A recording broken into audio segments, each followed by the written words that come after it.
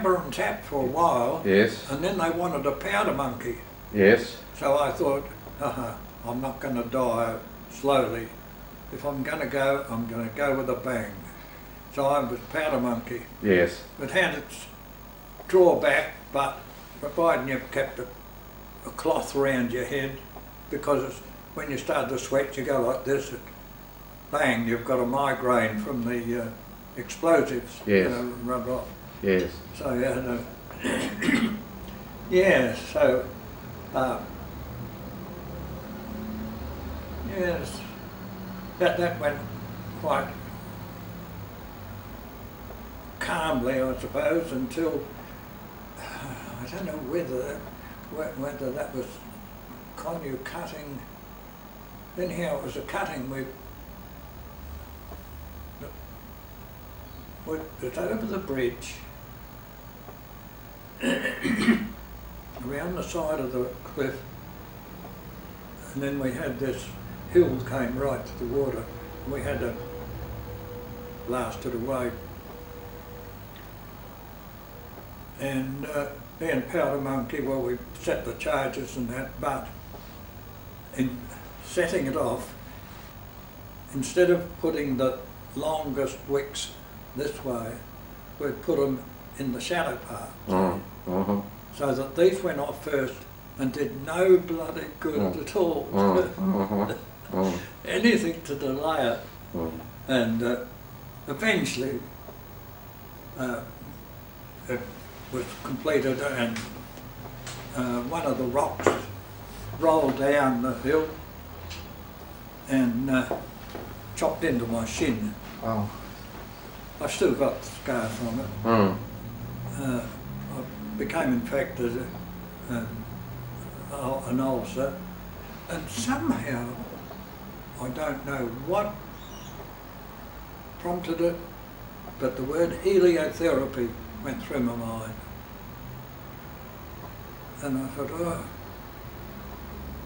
So I used to lay under a tree and just have my leg out in the sunshine and let the sun dry it all out. I've only got the scar left. I've still got the leg. Yeah. Now, you had, of the doctors you had with you, you had your battalion doctor, Tim Godley. Yes. You had Lieutenant Colonel Dunlop. You had Major Moon for a while, and you had Major Ewan Corlett. Now, which of those fellows would have treated you at the time?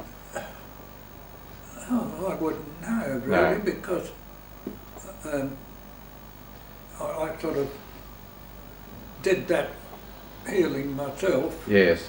So I had no close contact with any of the medical side of it. Yeah. There were some other officers in your camp, Major Woods and Major Billy Wern. Who? Wern. Do you remember them at all? No. They'd come from Java with you, as part of Dunlop. Worm? Wern. W-E-A-R-N-E. Wern. No. That doesn't ring a bell at all. What about the medical orderlies? Do you remember the medical orderlies who were with your group? Well, the only one I can remember is Redmond. Yes, Red Sheedy. Yeah. Yeah. Yes. So you did some hammer and tap, you did some powder monkeying. Yes. Did you have? What was, apart from that injury, what was the state of your general health? Oh, reasonable. Yeah, reasonable. And what was the food like that the Japs were giving you?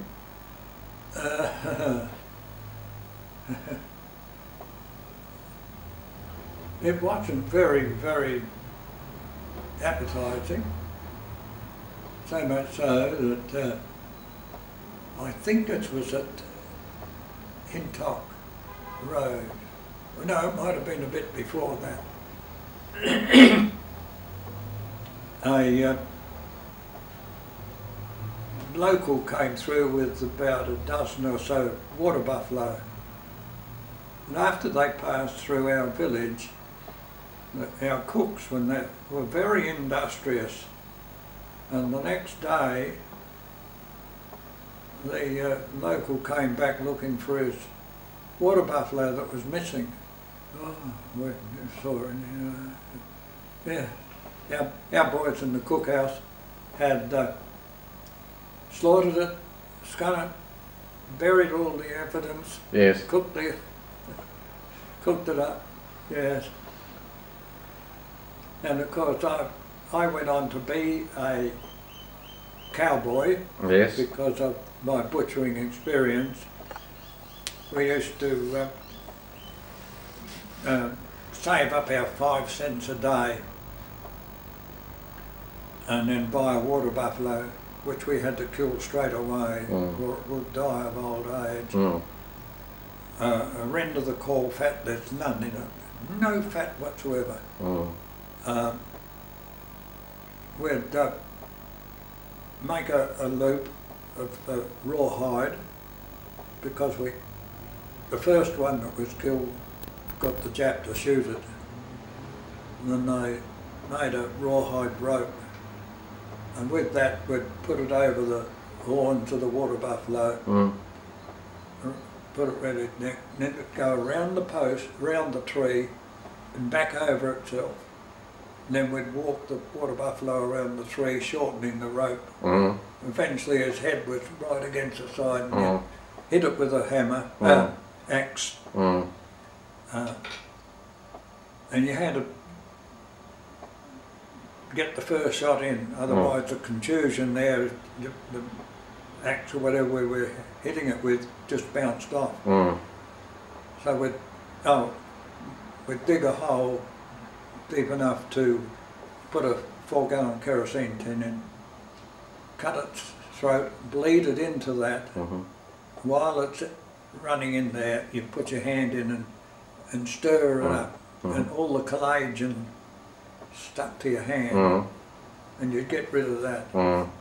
That was our bonus. We'd cook that, and it'd come out like a piece of chocolate. And those little things that helped us along the way. Yes.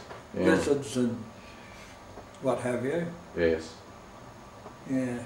Izzy Herman off the Perth. He was in a work party. We were digging a thermal spring on the bend of the river. And I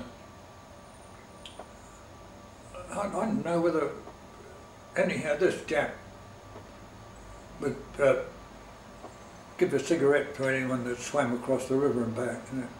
And Izzy Herman, he went off. Of course, we'd been working in this hot spring and it saps your energy. But I hadn't been in for quite a while because my turn had, in the cycle, was quite some time before. So I wasn't that weakened really. And I'm up on the high ground, and Izzy swam across, and on the way back he just faded. And I saw him in trouble, so I took off, ran down, and I think I hit the water about 20 feet out from the bank.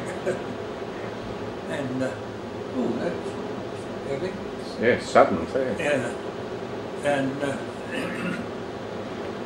I went to bring him back, but the current coming around in the river, I could see it was hopeless taking us further down the river, so I turned around and I took him back to the other side of the river, and walking back to the camp, went through the scrub to find a wide, shallow path.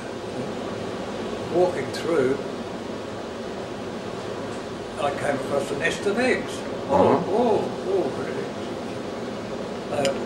Gathered them up. I don't know what I put them in, shirt or hat. But anyhow, picked up these eggs, got them back into camp, broke one open. The cat, they were rotten. Yeah. But I got him back into camp right, but poor Izzy died 3 months later with severe dysentery. Lovely man. Never ever contacted his family. Should have, I suppose. Did you have a person who you describe as your mate when you're on the line? Who was your closest friend, your mate? Oh, Max McGee, Jim Wesley,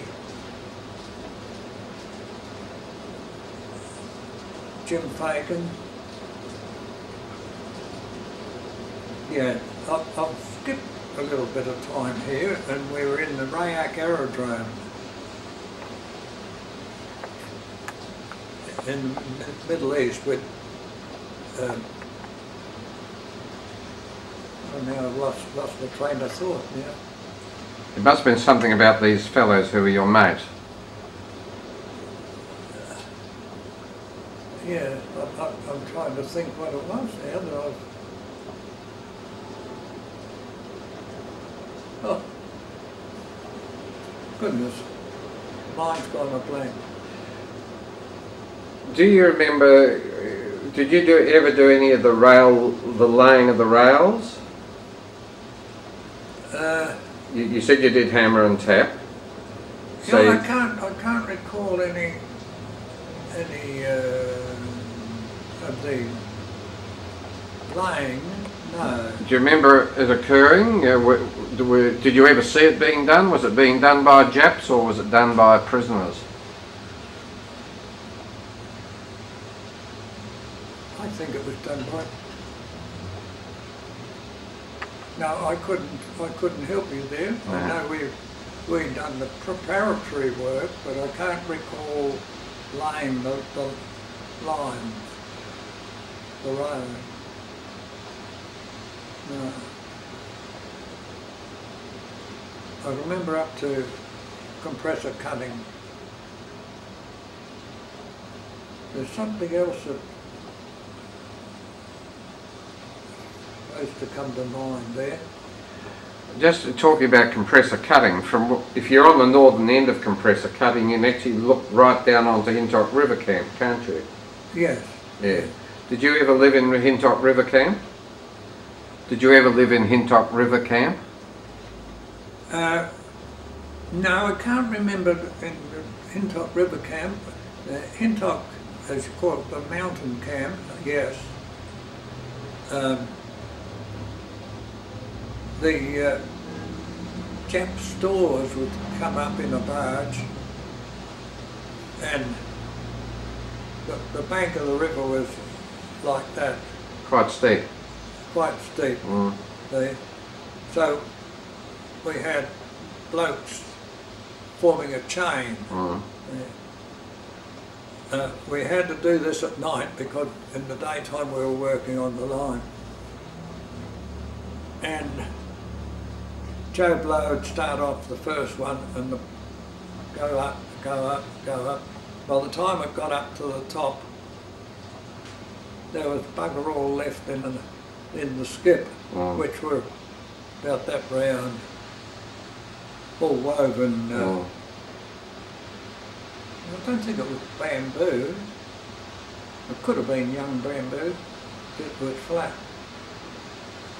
but it'd be empty, just about empty. Well, the Jap, he squatted up a reasonable range away from us, and of course that bloke up the top would be Butterfingers.